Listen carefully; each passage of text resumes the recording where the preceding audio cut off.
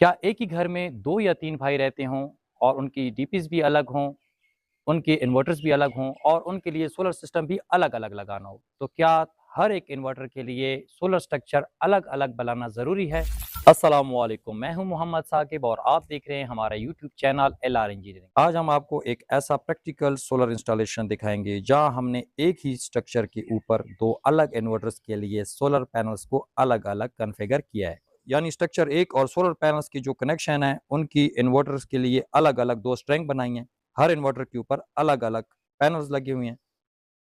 इस डिज़ाइन का सबसे बड़ा फ़ायदा ये है कि हमें 2 अलग स्ट्रक्चर बनाने की ज़रूरत नहीं पड़ी, जिससे इंस्टॉलेशन की कॉस्ट कम हुई,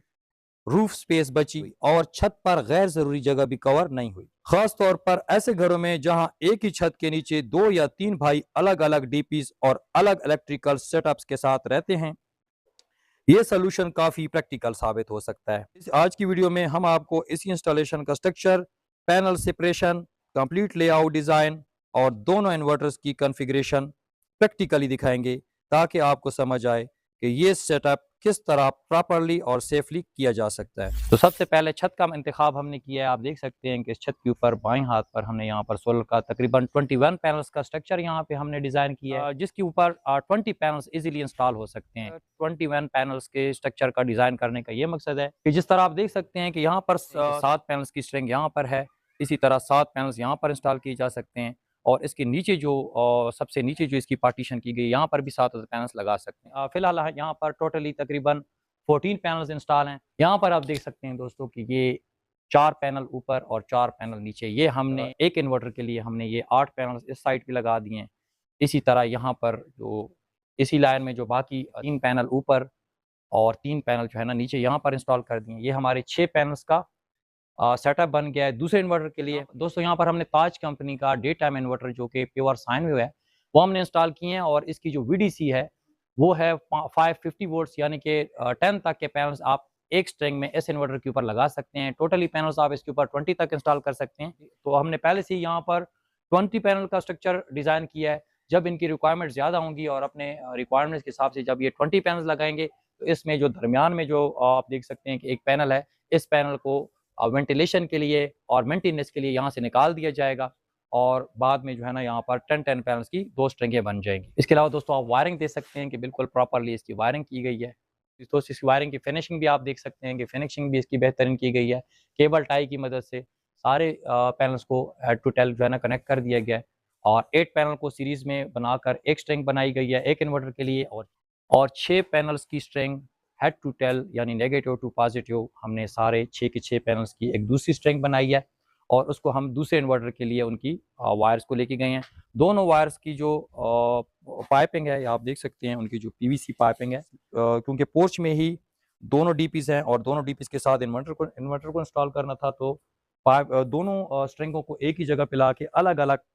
पीवीसी पाइप की मदद से डीपीस तक उनकी वायर को पहुंचा दिया गया है। इसके अलावा दोस्तों मैं आपको ये भी बता दूं कि जब आप पाइप की मदद से स्ट्रक्चर डिज़ाइन करते हैं,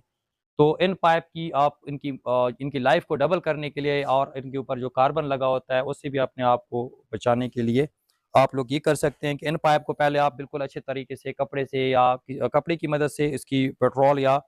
थिनर वगैरह के साथ इसकी सफाई करवा लें और इसके ऊपर रेड एक्साइड और ब्लैक कलर का कोट कर दें, ताकि इनकी जो लाइफ है वो बढ़ जाए। इसके अलावा दोस्तों जब भी आप एलिवेटेड स्ट्रक्चर बनाएं, तो एलिवेटेड स्ट्रक्चर चूंकि हवा के दबाव के साथ उसके ऊपर बहुत ज़्यादा असर होता है हवा का दबाव का, तो एलिवेटेड स्ट्रक्चर को आप उसकी मजबूती के लिए आप कम से कम इस स्ट्रक्चर की जो कंक्रीट पैडिंग है 1 फुट उसकी विड्थ रखें और कम से कम 1.5 फुट यानी 18 इंच तक उसकी आप जो है ना हाइट रखें, ताकि उस स्ट्रक्चर की जो हवा के दबाव और तूफान से बचाने की उसकी जो सेफ्टी है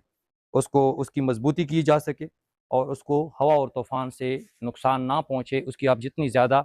मजबूती कर सकते हैं वो आप करें। दोस्तों जब भी आप स्ट्रक्चर बनाएं और एलिवेटेड स्ट्रक्चर बनाएं, तो कोशिश ये करें कि अपने सोलर पैनल्स का जो आपका फ्रंट एरिया है उसको आप कम से कम 6 फुट तक उसकी हाइट रखें, ताकि उसके नीचे से आप अगर गुजरें तो आपका जो सर है वो गलती से आपके स्ट्रक्चर के साथ ना लगे और बआसानी आप अपने स्ट्रक्चर के नीचे मेंटेनेंस कर सकें, कोई सामान वगैरह वो रख सकें। इसके अलावा दोस्तों जो आपका बाउंड्री वॉल होता है वो भी तकरीबन मैक्सिमम 5.5 से 6 फुट होता है, तो उसका भी जो साया है वो आपके स्ट्रक्चर के ऊपर ना आए। दोस्तों इसके अलावा जब आप अपना स्ट्रक्चर बनाएं तो उसका जो बैक टिल्ट होता है वो मैं बिल्डर हज़रात के लिए और आपकी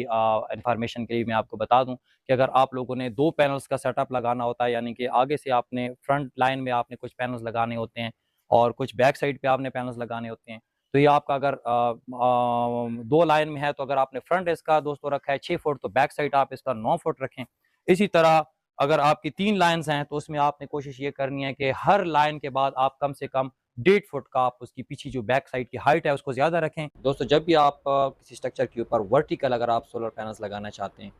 तो वर्टिकल पैनल्स के लिए आपने हर लाइन में, अगर आपने फ्रंट 6 फुट रखा है और अगर आप वर्टिकल पैनल्स लगाना चाहते हैं, तो उसका जो बैक है वो आपने उसका जो 1.5 फुट है उसका सोलर पैनल का बैक टिल्ट जो है वो आपने उसकी हाइट 1.5 फुट ज़्यादा रखनी है। इसी तरह हर लाइन में आपने 1.5 फुट की हाइट ज़्यादा रखनी है। अगर आपने 2 लाइन्स लगानी है वर्टिकल, तो उसमें अगर फ्रंट पे आपने 6 फुट रखा है, तो बैक साइड पे 2 लाइनों के हिसाब से आपने 9 फुट रखना है। और अगर आपने 3 लाइनें लगानी है, तो आपने फिर उसके ऊपर 4.5 फुट हाइट के हिसाब से आपने बैक साइड जो है उसका तकरीबन 10 से 10.5 फुट रखना है। दोस्तों, आप देख सकते हैं कि एक ही घर में एक ही छत के नीचे 2 या 3 भाई जब रहते हैं, तो आप लोग पहले से इस तरह की पार्टीशन कर लिया करें अपने डीपीज़ में, ताकि फ्यूचर में आपको अपने सोलर सिस्टम की पार्टीशन करने के लिए या अपने ग्रिड की, अपने मीटर्स की पार्टीशन करने के लिए भी मुश्किलात का सामना ना करना पड़े। जिस तरह यहाँ पर आप देख सकते हैं कि इस भाई ने पहले से ही बहुत ही अक्लमंदी के साथ 2 अदर डीपीज़ लगाई हैं और 2 अदर डीपीज़ के साथ उन्होंने घर का जो लोड है वो भी इसके अंदर उसकी पार्टीशन की हुई है, हैवी लोड की और लाइट लोड की। और इसके अलावा यहाँ पर अभी हमने सोलर सिस्टम लगाया है, तो वो भी आप देख सकते हैं कि बहुत ही आसानी के साथ हमने यहाँ पे सोलर सिस्टम इंस्टॉल कर लिया है। एक डीपी के साथ जो है हमारा एक सेट इंस्टॉल है और इसके ऊपर हमने 8 अदद पैनल लगाए हैं। और जो दूसरा डीपी है, मतलब जो दूसरा घर का लोड है, उसके लिए हमने अलग से इन्वर्टर लगाया है, उसके ऊपर हमने 6 पैनल्स इंस्टॉल किए हैं। और इन दोनों का जो यूजेज का तरीका है वो बिल्कुल सेम है। और जिस तरह डे टाइम के इन्वर्टर को हम यूज़ करते हैं, फर्स्ट जो है ना यहाँ पर सोलर के ऊपर मॉर्निंग में यहाँ पे इसको सोलर कर देते हैं और ये जो ब्रेकर है यहाँ पर पीवी का ब्रेकर ऑन कर देते हैं। ग्रेड का ब्रेकर आप देखें, वैसे भी लोग ग्रेड से जो है ना बहुत ज़्यादा इसकी यूनिट्स की वजह से, इसकी यूनिट्स की कॉस्ट की वजह से और ग्रेड वावडा के बिलों की वजह से तंग आकर वैसे भी लोग वावडा को यूज़ नहीं करते हैं ज़्यादा, तो इसलिए अभी आप देख सकते हैं यहाँ पर भी जो वावडा शेयरिंग का ब्रेक है वो ऑफ किया हुआ है। उम्मीद है दोस्तों आप लोगों को हमारी ये इन्फॉर्मेटिव वीडियो पसंद आई होगी। और इसी तरह के अगर आपने भी कोई नया घर बनाना है और उसमें आपने 2 या 3 भाइयों का पहले से जो है ना उनकी पार्टीशन करनी है उनकी इलेक्ट्रिक की, तो आप उनके अंदर उस घर के अंदर 2 या 3 डीपीज़ बनाएं, ताकि फ्यूचर में आप लोग इंस्टॉलेशन करें सोलर की या फिर आप कोई और इलेक्ट्रिक पार्टीशन करें तो आपके लिए आसानी हो। और इसके अलावा दोस्तों आपको ये भी आइडिया हो गया होगा कि एक ही स्ट्रक्चर के ऊपर आप लोग कैसे अपनी कॉस्ट को बचा सकते हैं, अपने रूफ को बचा सकते हैं, अपने स्पेस को बचा सकते हैं और आप एक ही स्ट्रक्चर के ऊपर 2 या 3 इन्वर्टर्स का अलग अलग सेटअप कर सकते हैं। सोलर पैनल्स आप उसके ऊपर कैसे अलग अलग इंस्टॉल कर सकते हैं। तो उम्मीद है दोस्तों आपको हमारी ये इन्फॉर्मेटिव वीडियो पसंद आई होगी। मिलते हैं इसी तरह की किसी नेक्स्ट इन्फॉर्मेटिव वीडियो में, तब तक के लिए मुझे दीजिए इजाज़त। अल्लाह हाफिज़।